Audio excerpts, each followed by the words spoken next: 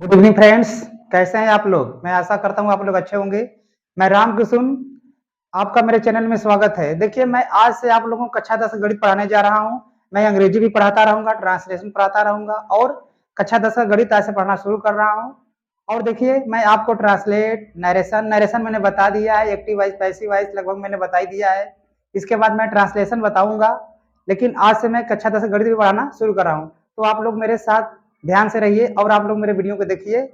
मैं आपको आज से कक्षा 10 का गणित का पहला अध्याय बता रहा हूँ। देखिए क्वेश्चन क्या है, कक्षा 10 गणित प्रश्नावली 1.1 वास्तविक संख्याएं। देखिए पहला सवाल है, निम्नलिखित संख्याओं को अभाज्य गुणनखंडों के गुणनफल के रूप में व्यक्त कीजिए। देखिए पहला सवाल इसमें 140, दूसरा 156, तीसरा 3825, चौथा है 5005 और पांचवा है 7429। इसका हमको अभाज्य गुणनखंड करना है। तो देखो अभाज्य गुणनखंड करना बड़ा सरल है, आप लोग इसको देखिए, बहुत आसानी समझ में आ जाएगा। देखिए पहला सवाल जो दिया है, यहाँ पर हम हल लिख लेते हैं। हल पहला पहला दिया 140। अब हमें 140 का अभाज्य गुणनखंड करना है। तो देखिए कैसे होगा, हम जो 140 संख्या दिया इसका हम गुणनखंड करेंगे। इस तरफ लिख लेते हैं 140 का गुणनखंड। देखिए ये जो 140 है, इसमें हम इसे 2 से भाग देंगे, क्योंकि देखिए ये सम संख्या है। अगर ये सम संख्या तो इसमें 2 से भाग देंगे। तो देखिए अगर इसमें हम 2 से भाग देते तो कितना हो जाता है, 2 का भाग देंगे 14 में तो 7, 2 का भाग देंगे 0 में तो 70 हो गया। अब देखिए इसमें 2 का फिर भाग देंगे तो अब हो गया, देखो 2 3 6, एक बच गया, एक गया 0 के पास, हो गया 10। अब 2 पंजे 10, हो गया 35। अब देखिए हो गया 35। अब 35 में अगर हम 5 का भाग देंगे तो कट जाएगा, 5 7 35। अब देखिए 7 है, 7 केवल 7 7 से ही कटेगा, तो 7 एक कम 7। अब देखिए ये जो संख्याएं हैं यही है इसका अभाज्य गुणनखंड। तो देखो हम इसको इसके बराबर करके लिख देंगे। देखिए 2 गुणित्ते 2 गुणित्ते 5 गुणित्ते 7, इन संख्याओं का अगर हम गुणा करेंगे तो पुनः 140 हो जाएगा। तो यही देखिए है 2 2 5 7 इसका अभाज्य गुणनखंड। इसको हम चाहे थोड़ा और छोटा लिख सकते हैं। देखिए 2 ठे 2 है तो इसका 2 पावर लिखेंगे इंटू 5 इंटू 7। ये हो गया इसका अभाज्य गुणनखंड। मैं आशा करता हूँ आपको यह समझ में आ रहा होगा। इसका देखिए मैं अगला दूसरा सवाल लगा रहा हूँ। देखिए दूसरा सवाल क्या है, दूसरा सवाल है 156। अब हमें 156 का अभाज्य गुणनखंड करना है। तो देखिए कैसे होगा,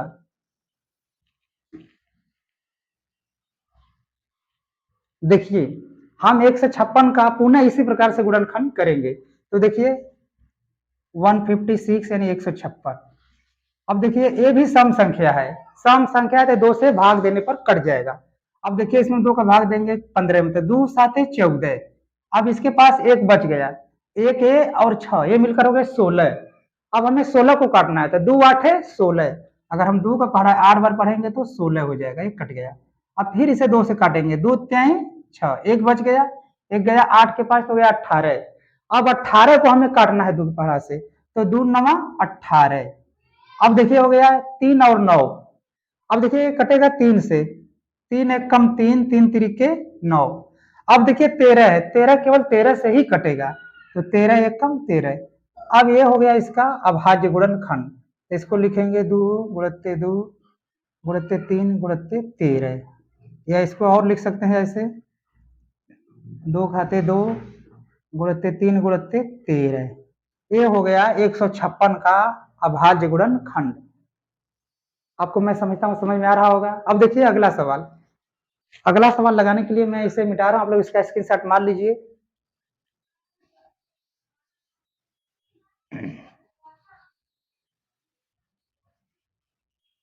देखिए तीसरा सवाल, तीसरा सवाल है 3825। 3825। अब देखिए हमें 3825 का अभाज्य गुणनखंड करना है। तो क्या करेंगे, इस तरह से फिर इसका गुणनखंड करेंगे 3825। तो देखिए इसको भाग देंगे। अब देखिए इसके लास्ट में 5 है, ये 5 है तो ये हो गया अभाज्य, सॉरी ये हो गया विषम संख्या। ये जब विषम संख्या है तो ये 2 से नहीं कटेगा, ये कटेगा या तो 3 से या तो 5 से। तो देखिए 5 से कट जाएगा, हम इसे 5 से भाग देंगे। अब 5 का भाग देंगे 38 में, तो देखिए 5 साते 35, 5 का पहाड़ा 7 बार पढ़ने में 35 आ रहा है, तो गया 5 साते 35। अब यहाँ 3 बच गया, अब 3 गया 2 के पास, तो गया 30 तो 32। अब 32 को हमें काटना है 5 से, तो 5 का पहाड़ा 6 बार पढ़ेंगे, 5 6 के 30, तो 6 बार में हो गया 30, लेकिन यहाँ पर 2 बचा है, तो 2a और 5a मिलकर हो गया 25। अब हमें 5 का ऐसा पहाड़ा पढ़ना कि 1 कट जाए, देखिए 5 पचे 25, 5 का पहाड़ा 5 बार पढ़ेंगे तो हो जाएगा 5 पचे 25, 1 कट गया। अब देखिए फिर ये 5 से कटेगा, 5 1 कम 5, यहाँ 2 बच गया, 2 और 6 26 हो गया, तो हम 5 का पहाड़ा 5 बार पढ़ेंगे तो 5 पचे 25 और 1 बच गया। अब ये गया 5 के पास, तो गया 15, तो 5 तिहाई 15, ये देखिए कट गया। अब देखिए 5 से नहीं कटेगा, अब ये 3 से कटेगा, 3 पचे 15 और 3 1 कम 3, ठीक। अब देखिए फिर भी ये 3 से कटेगा, 3 1 कम 3, अब यहाँ पर 2 बचा है, 2 और 1 मिलकर हो जाएगा 21। अब हमें 21 को काटना है, तो 3 साते 21। अब देखिए अब हम इसको काटेंगे, केवल 17 ही से कटेगा, 17 1 कम 17। अब ये सब संख्याएं हो गया इसका अभाज्य गुणनखंड, तो देखिए लिखते हैं 2 ठे 5 है, इसके बाद 2 3 है, इसके बाद है 17, ये हो गया इसका अभाज्य गुणनखंड। इसको हम और छोटा लिख सकते हैं, 5 घाते 2 गुणते 3 घाते 2 गुणते 17, क्योंकि देखिए 5 2 बार है, 3 2 बार है, तो इसको 5 घाते 2 3 घाते 2 गुणते 17, ये हो गया 3825 का अभाज्य गुणनखंड। अब देखिए अगला चौथा जो सवाल है, 5005 का हमको अभाज्य गुणनखंड करना है, तो देखिए इसे मिटा दे रहे हैं। देखिए अगला सवाल 5005 का हमें अभाज्य गुणनखंड करना है। देखिए अब ये 5 से कटेगा, क्योंकि ये विषम संख्या है, 2 से नहीं कटेगा, 3 से भी नहीं कटेगा, 5 से कटेगा, 5 1 कम 5, 0 के 0 0 हो गया, 5 1 कम 5। अब देखिए ये 7 से कटेगा, 7 1 कम 7, अब यहाँ पर 3 बच गया, 3 और 0 मिलकर हो गया 30, 7 चौक 28, 7 चौक 28। अब यहाँ 2 बच गया और 2 1 मिलकर हो गया 21, तो 7 3 के 21। अब देखिए हो गया 143, अब ये 7 से नहीं कटेगा, अब कटेगा 11 से, तो देखिए इसमें 11 का भाग देंगे, 11 1 कम 11, यहाँ पर 3 बच गया और ये 3 मिलकर हो गया 33, तो 11 3 33। अब देखिए ये 13 से कटेगा, 13 1 कम 13। अब देखिए ये हो गया इसका अभाज्य गुणनखंड, यहाँ पर लिखेंगे 5 गुणते 7 गुणते 11 गुणते 13, ये देखिए हो गया इसका अभाज्य गुणनखंड। मैं आशा करता हूँ आपको यह समझ में आ रहा होगा। आप लोग इसका स्क्रीनशॉट मान लीजिए, मैं लास्ट वाला सवाल बता दे रहा हूँ।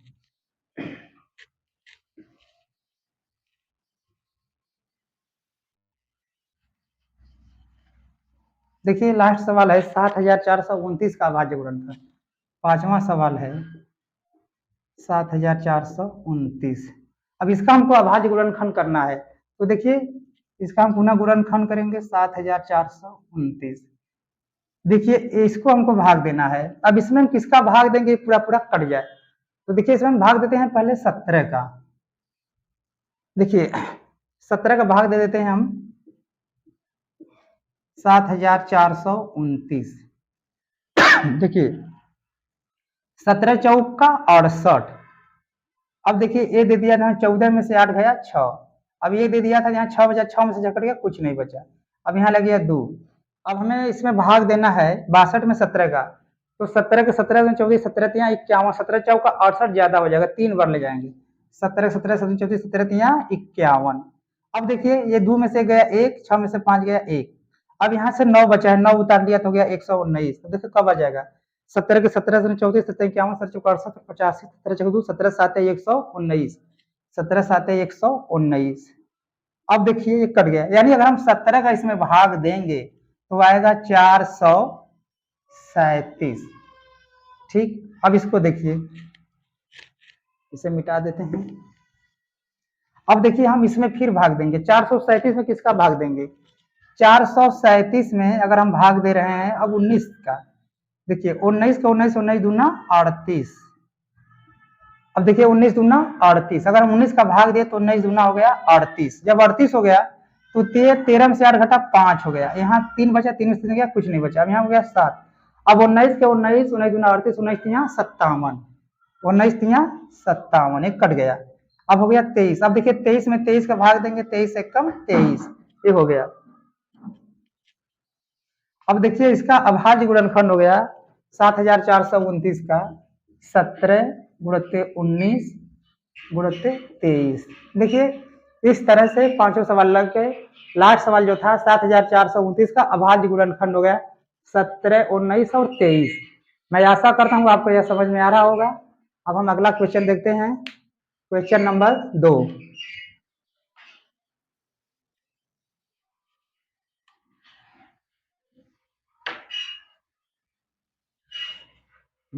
देखिए अब ये दूसरा प्रश्न है। दूसरा प्रश्न देखिए क्या कर रहा है।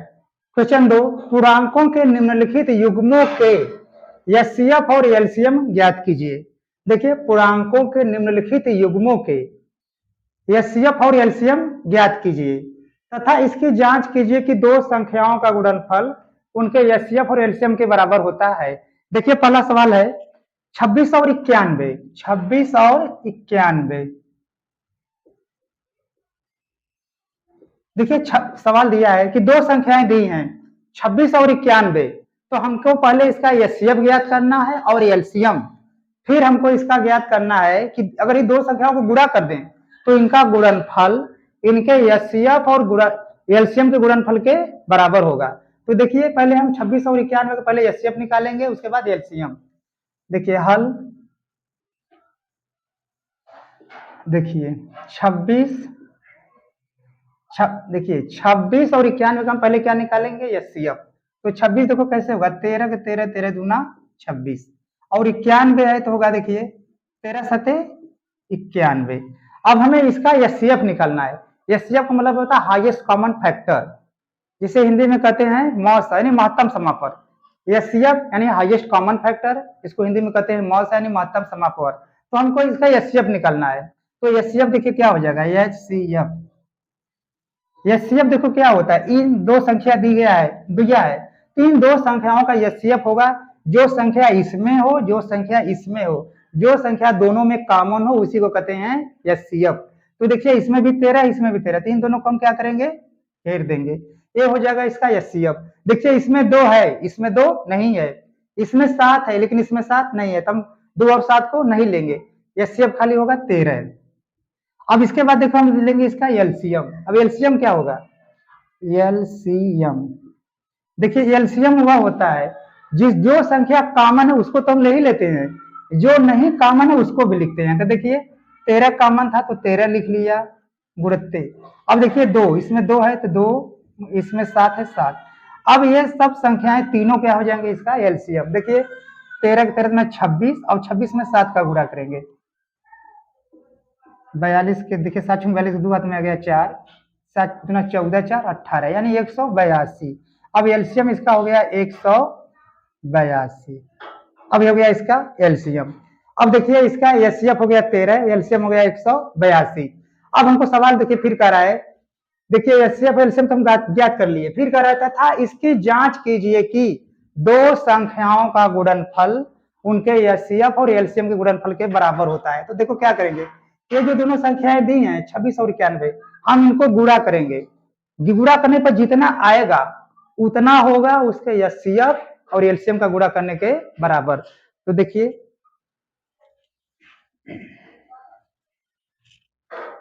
देखिए होता है दो संख्याओं का गुणनफल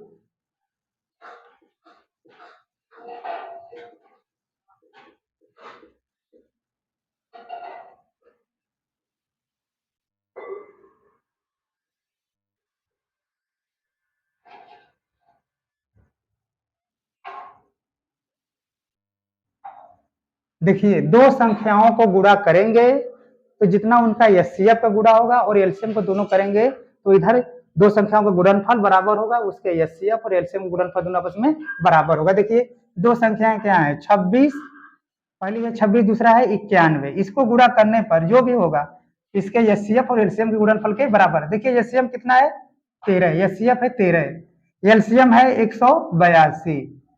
देखिए अब हम इसका दोनों का गुणा करेंगे, 26 और 91। देखिए 1 6 के 6, 1 दूना 2, 9 6 के 54 के 4 आते आ गया 5, 9 2 18, 5 23, 6 6 3 2 यानी 2366। ये हो गया 2366। देखिए दो संख्याओं का गुणनफल हो गया 2366। अब हम इसके एलसीएम को देखते हैं। देखिए एचसीएफ इंटू एलसीएम यानी 182 गुणित होगा 13।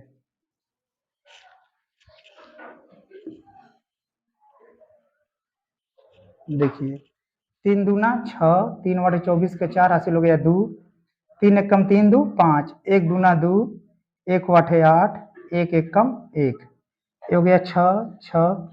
और देखिए 8 5 13 के 3 हाथ में आ गया 1 और 1 2 यानी 2366। देखिए left hand side right hand side both are equal, so we can say this is a correct. क्योंकि देखो सवाल में कहा कि दो संख्याओं का गुणनफल, देखिए दो संख्याओं का गुणनफल 2366 और एचसीएफ इंटू एलसीएम इसका भी हो गया 2366। तो देखिए दोनों पक्ष बराबर, इसलिए हमारा ये सवाल सही है। यानी दो संख्याओं का गुणनफल उनके एचसीएफ और एलसीएम के बराबर होता है। मैं आशा करता हूँ आपको यह समझ में आ रहा होगा। आप लोग इसका स्क्रीनशॉट मार लीजिए, मैं इसका दूसरा सवाल बता रहा हूँ।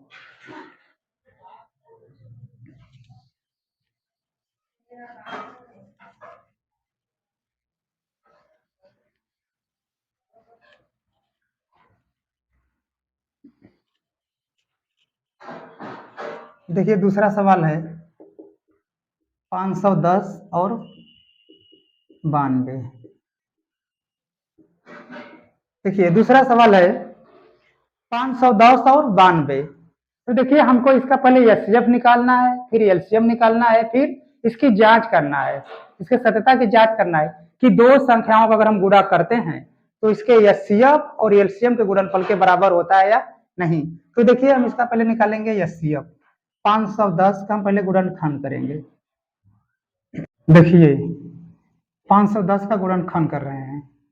देखिए हम 510 का गुणनखंड करेंगे तो देखिए 2 का इसमें भाग देंगे, 2 दूना 4, 1 बच गया, एक इसके पास गया तो गया 11, 2 पंजे 10, 1 बच गया इसके पास गया 10, 2 पंजे 10। अब देखिए ये कटेगा 5 से, 5 पचे 25, 5 एक कम 5। अब देखिए कटेगा 5 से नहीं कटेगा, 3 से कटेगा, 3 एक कम 3, यहाँ पर 2 बच गया, 2 एक मिलकर 21 हो गया, तो 3 साते 21, 17 एक कम 17। अब देखिए हो गया इसका गुणनखंड, इसको यहाँ लिखते हैं 2 है, 5 है, 3 है, 17 है। इसके बाद देखिए अब हम गुणनखंड करते हैं 92 का।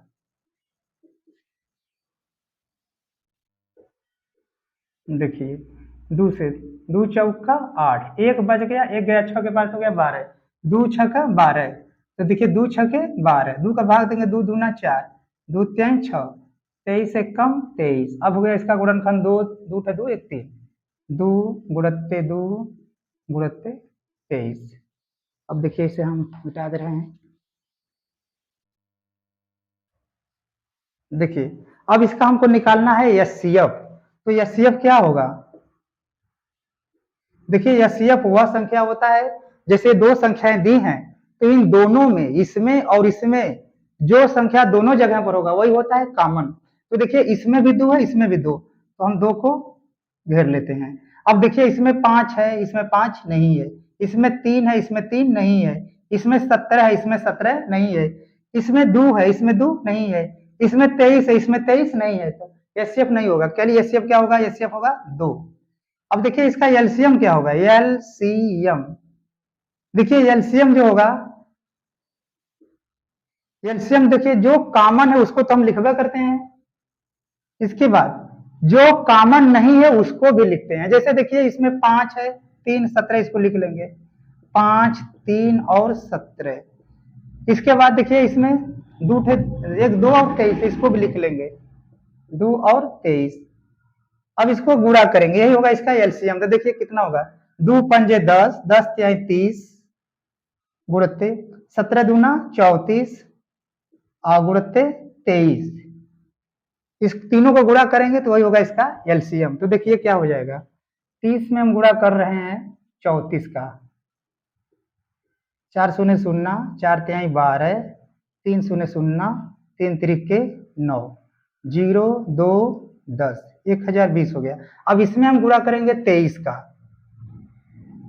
तो देखिए 0 3 दूना 6, 3 शून्य 0, 3 एक कम 3, 2 शून्य 0, 2 दूना 4, 2 शून्य 0 और 2 एक कम 2। देखिए 0 6 4 3 2, 23,400, 23,460। इसका एलसीएम हो गया 23,460। देखिए इसका 510 और 92 का एलसीएम हो गया 23,460 और एचसीएफ होगा 2। अब हमको देखो सवाल में कहा है कि इसकी जांच कीजिए कि दो संख्याओं का गुणनफल उसके एचसीएफ और एलसीएम के बराबर होता है या नहीं। तो देखिए हम यहाँ पे लिखते हैं दो संख्याओं का गुणनफल,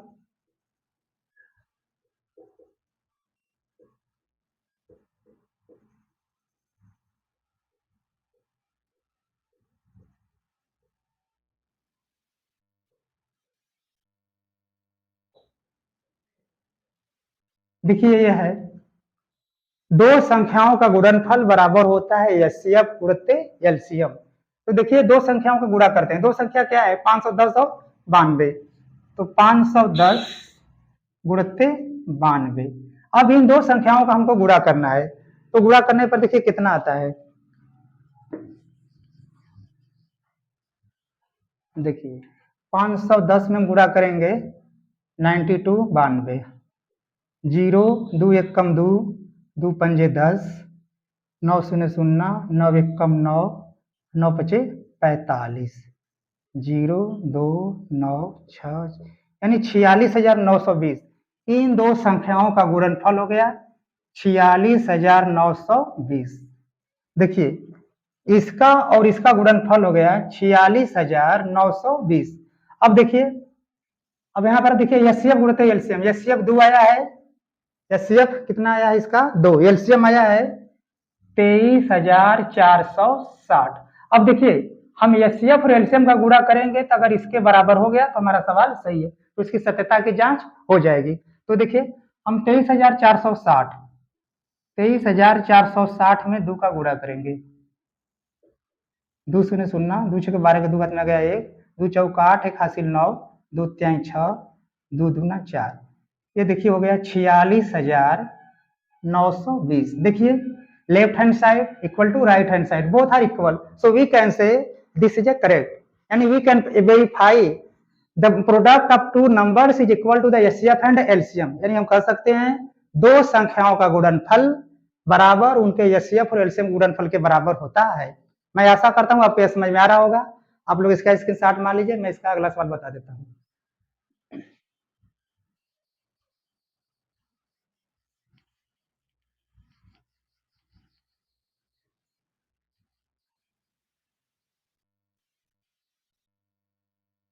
देखिए इसका लास्ट सवाल है दूसरा का, 336 और 54 का हमको निकालना है। तीसरा सवाल है 336 और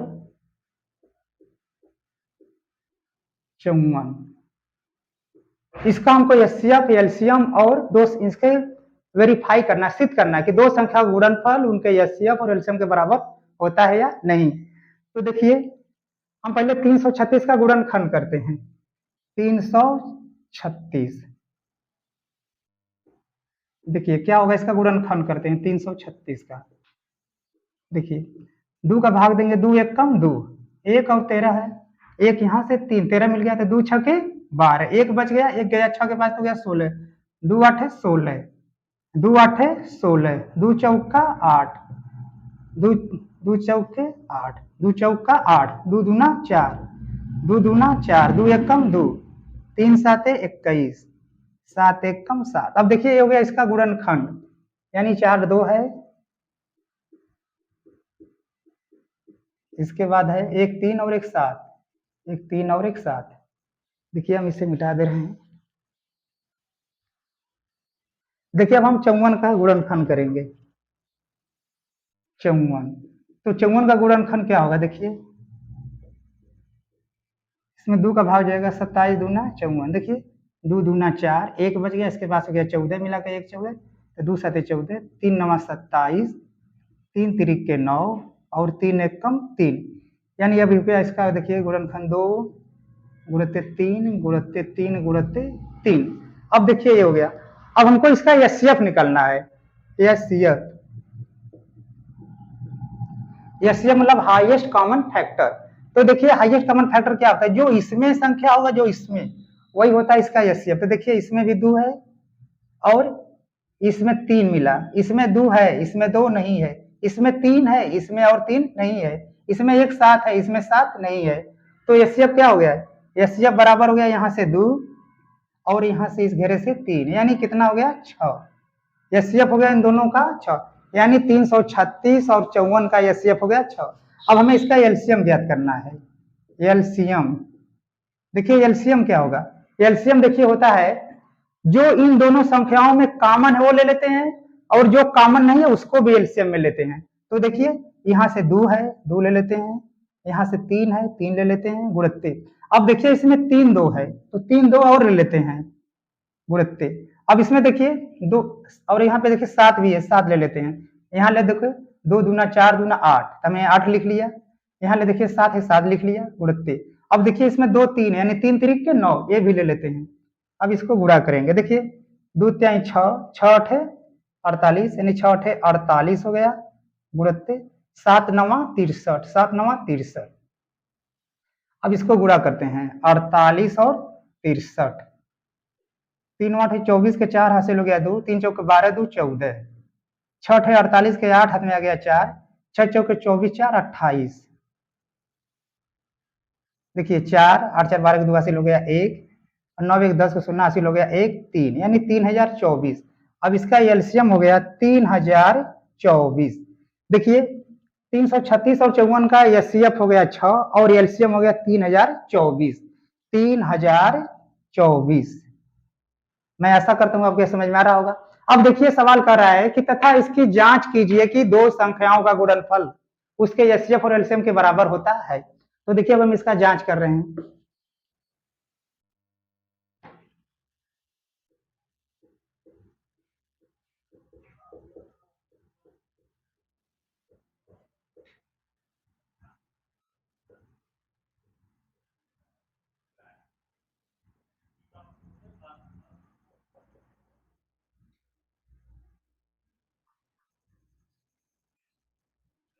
देखिए ये प्रमेय है, दो संख्याओं का गुणनफल बराबर उसके एचसीएफ और एलसीएम के बराबर होना चाहिए, होता है। देखिए दो संख्याओं का गुणनफल, दो संख्या क्या है 336 और दूसरी संख्या क्या है 54, बराबर देखिए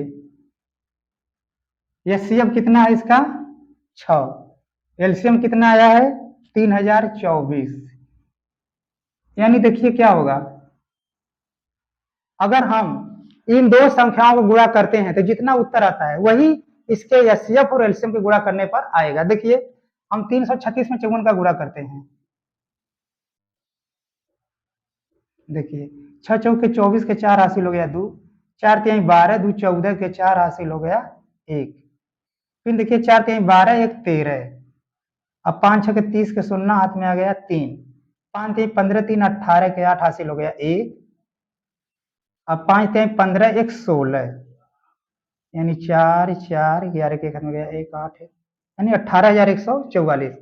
एक बार फिर से देख लेते हैं। 6 चौके 24 के 4 हासिल हो गया 2, 6 4 3 12 2 14 के 4 हासिल हो गया 1, 4 3 12 और 1 13, फिर अब 5 6 के 30 30 के 0 हासिल हो गया 3, 5 3 15 3 18 के 8 हासिल हो गया 1, 5 3 15 1 16, यानी 4 4 11 के खत्म हो गया 1, 6 7 1 8 1, यानी इसका हो गया 18,144। देखिए इन दो संख्याओं का गुणनफल हो गया 18,144। अब हम इसके एलसीएम और एचसीएफ का गुणा करके देखते हैं कितना आता है। देखिए 3024 में हम 6 का गुणा करते हैं, 6 चौके 24 के 4 हासिल हो गया 2, 6 दूना 12 2 14 के 4, यहाँ पर 14 हो जाए, 14 के 4 हासिल हो गया 1, 6 0 0 तो 1, 6 3 18, 18,144।